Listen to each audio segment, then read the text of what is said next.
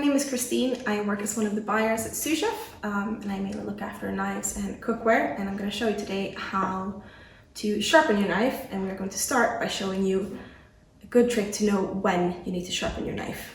So generally, if you cannot cut a tomato, it's definitely time to sharpen your knife, because it should not need that much effort. It should very lightly glide in and not glide off.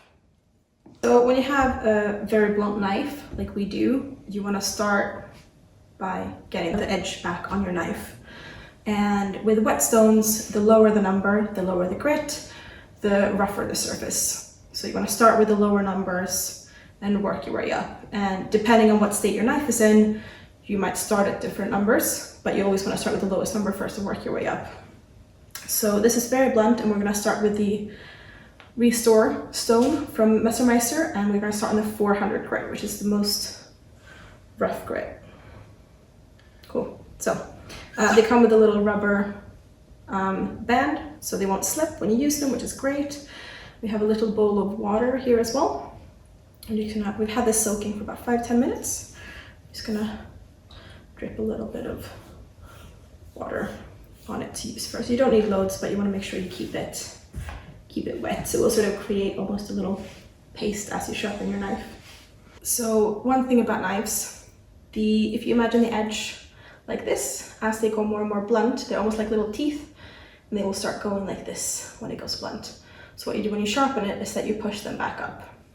On a whetstone, obviously sort of sharpening one side of the knife each time.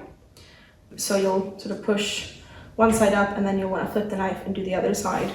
So you want to make sure you keep count of how many times you sharpen your knife on each side.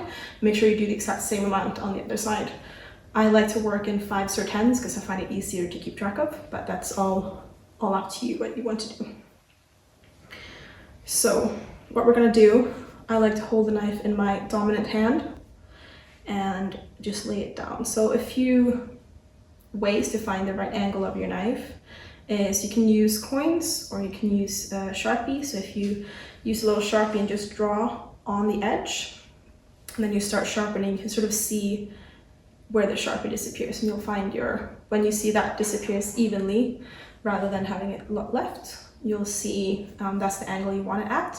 You can also use a couple of pennies, 1 or 2 pennies, to get your right height, and then you sort of practice finding that angle. It doesn't have to be by the exact degrees, but you'll find the more you do it, it'll be easier to find the angle as well. A way to find the right pressure to put on your knife is to use a scale.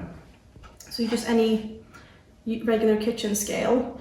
If you turn it on, and if you have a very blunt knife, you might want to apply up to about 4 kilos of pressure. So you can just sort of push your fingers against the scale to see how that pressure feels, so you know what to do with your knife.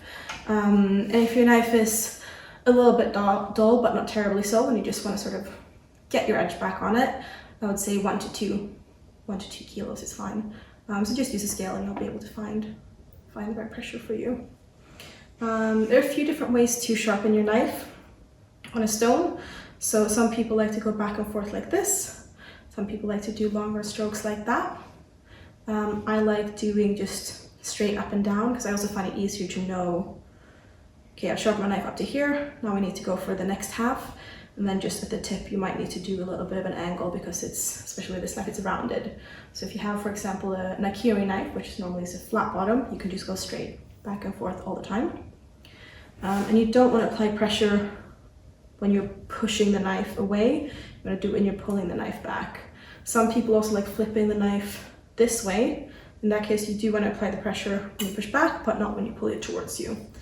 I find it easiest to hold it this way, but that's all up to you. So I'm going to start laying our knife down a little bit, get in the angle. We're going to push forward and just drag back. And it's not going to sound great, but that's fine. It's how it's supposed to sound. So just apply your pressure as you go. So you can see a little paste on the knife. It'll get a little dirty, and that's fine. Just whenever you sharpen your knife, make sure you clean up your knife afterwards, because there will be some debris either from a stone or there will be metal. No matter what kind of sharpening technique you use, always wash your knife afterwards thoroughly. And I can also see from this that, okay, I've sharpened my knife up to here, and I'm going to start on the next half of the knife.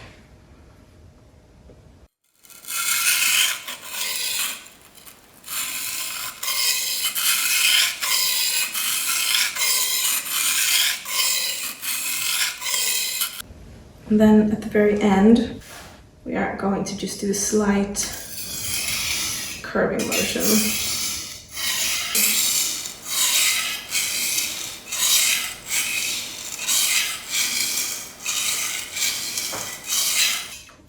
Now I've done 15 on each section, or 15 strokes. So now we've sharpened the entire that side of the knife. Make sure we sharpen that side as well.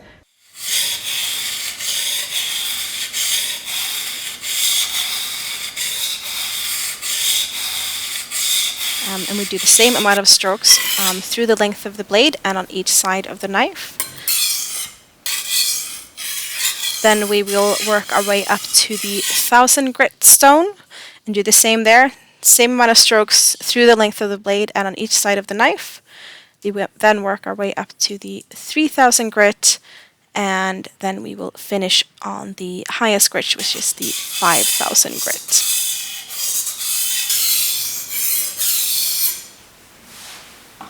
Remember to wash your knife after your sharpening, and then you should be able to slice a very thin slice of tomato with minimal pressure and force, and you'll have a gorgeous sharp knife. And that is how you sharpen your knife with a whetstone.